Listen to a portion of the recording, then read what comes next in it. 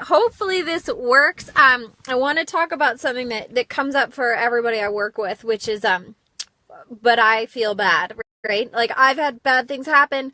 I have these areas that I am insecure about, I'm ashamed of, you know, whatever. We all have it for ourselves. Like, so how am I supposed to?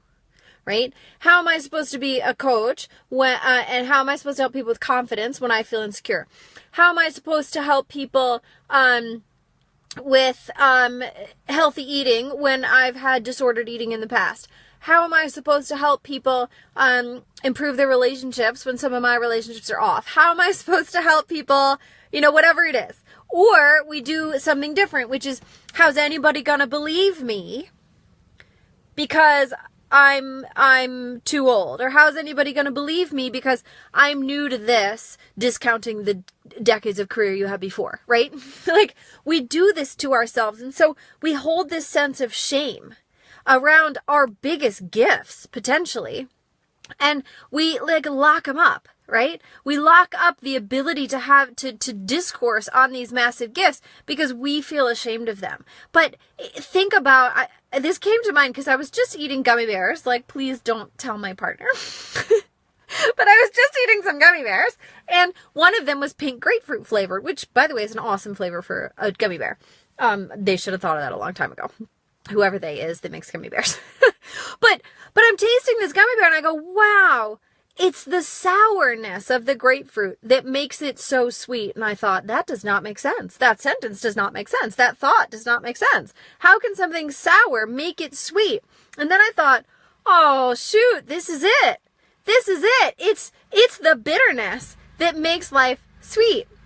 It's the pain in movies that makes the happy ending that much better, right? Like, nobody turns on a show or turns on a movie and it's a happy-go-lucky plot the entire time until everybody's happy. There's always challenge, right? It's the hero's journey. There's always that moment of struggle with the self, with others, with, you know, family, with nature. There's always struggle. And it's about overcoming the struggle. That's so powerful. Now, we would never watch one of those movies and be like, oh, well, actually overcoming their struggle is something they should be ashamed of. And I don't really think it made for a happy ending because they really should just hide that. Like, no, that's the whole point of the movie, right? Is overcoming the struggle. And the whole point of grapefruit is that it's kind of sour. Why do I go on video and somebody mows a lawn? It's like a direct correlation between my videos and lawn mowing. Hopefully you can't hear it. But hey, Kristen, so, you know, this is what we're talking about. Like, we would never say that about our book or a movie. We would never judge the struggle and say that it's irrelevant and that it doesn't add strength to the character or to the storyline. We would say the opposite. We would say, like, wow, that was the point. That's how we learned. That's how we got something out of it. And so when you're then turning and looking at your own life, why are we using these parts of our lives that are pain and struggle to fill us with shame and stop us from doing things? These are the strong points. This is the point, right? Like, I'm not going to knock young, innocent people, but like, would you rather go and learn from like a psychologist, for example, or a therapist who's had decades of experience, or somebody who's never really experienced any trauma in life and is fresh out of school? The vast majority of us would choose the person with experience. Talking to you. You have experience, right?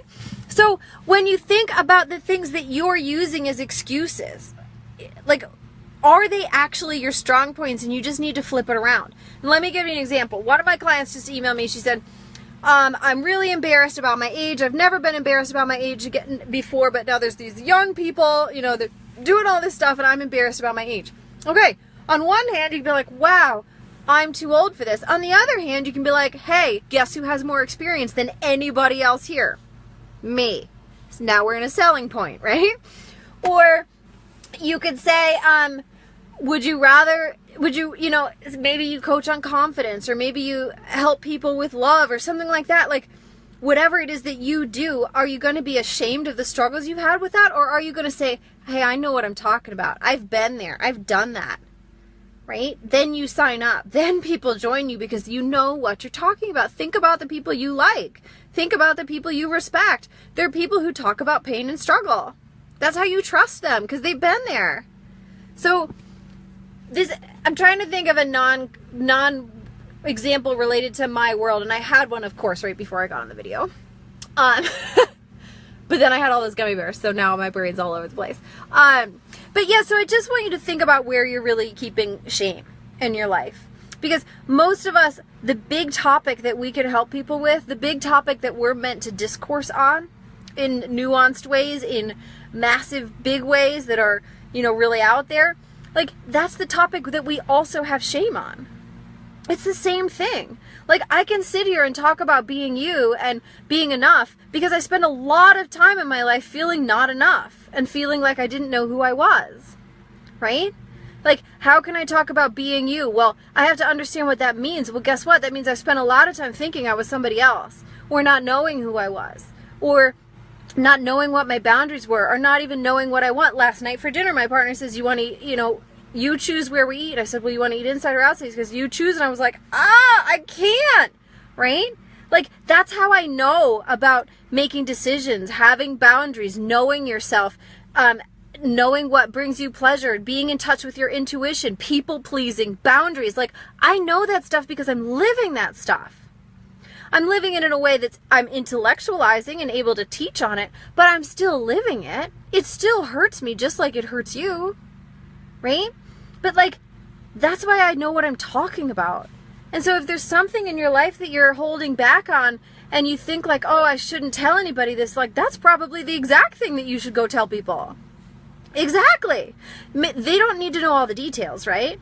But use your lessons from it. Like, process. Do some processing. Just like if somebody takes a picture, okay, go back in time to when film used to be on negative. You would take a picture, it would be on the negative, you would process the film, and it would create a photo. That's what we're talking about. So you have this thing that's happened in your life. We need to process it. So take the negative, flip it, quite literally just like you would when you're processing film, if you remember how to do that. You flip the negative into a picture that then becomes something that can be beautiful and can be used. Right? The problem is most of us are taking the imprint of the negative, so taking the negative like you would with film, and that's it. We're just like holding on to it. So we have like this buildup inside of ourselves of just hundreds of negatives. But we literally need to process them by flipping them and printing them out, right? Like putting it out there. Take your experiences, flip them into something useful, and serve other people. Even if the other person's just your partner, even if the other person's just your friend, even if the other person's just your journal that nobody ever reads it, that's okay, get it out, right? Process, release, process, release, process, release. But like, your pain is the strong point. And I guarantee you, from the work that I do, that all of your pain is in the same topic area, right? All of my pain is related to insecurity and not being enough. All of people's pain, it's going to be in their purpose area. So whatever you're struggling with, it may feel like it's a little bit over here and over there and over there in totally separate circumstances. I guarantee you they're all pointing at the same thread. They're all pulling at the same thread. And that thread is your purpose. But if you're not processing the negative and flipping it around, then you're constantly living on the shadow side of your purpose. And that doesn't feel good. What feels good is to take all of that experience and use it as strength to really speak your truth, right? Like, shame instantly transforms into an opportunity for connection when you have the courage to speak it. Not from a vulnerable place, but from a place that has processed that negative and turned it the right way. If you don't know how film works or used to work, Google it, right? Because it used to show up and then you flip it when it's processed. So really, like, get that. The pain and the shame is the strength. It is the strength, but only if you process it. So if you wallow in it, it's not strong. Because then when you share it, it's coming from a place of victimhood. It's coming from a place of poor me. It's coming from a place of, look at how, pathetic I am, or heal me, or save me. Again, I understand this because I've lived here for years, decades, really, right?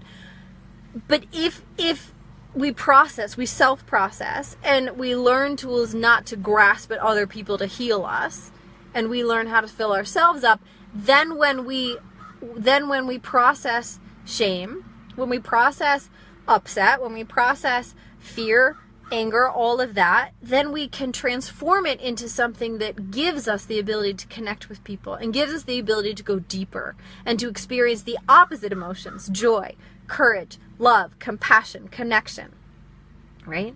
And that's why we're here. So you have one of those main topics playing out related to those emotions, and we want to flip it, but you've got to flip it inside. You've got to look for, I kind of hate the term lesson, but look for the lesson in it, right? If you were going to teach something about your experiences to somebody else, what would you be teaching? Maybe that's a safer place to start than just going back into your own memories, right? So if there's something in you right now, like this client of mine who was like, I'm too old for, what I want to do. It's like, no, you're the most experienced person in the room.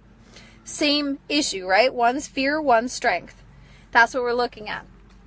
So, yeah, I think that covers it. If you have any thoughts on this or any questions, let me know, follow up, and we'll dig into it. I'd also love to hear, and I understand you may want to share this privately, but if you want to share privately with me or even publicly about what you're working on and what you need to be flipped around, that's why we're here. You could join my Facebook group. That's a semi-private space where we can help each other flip these things around so that we're not just stuck.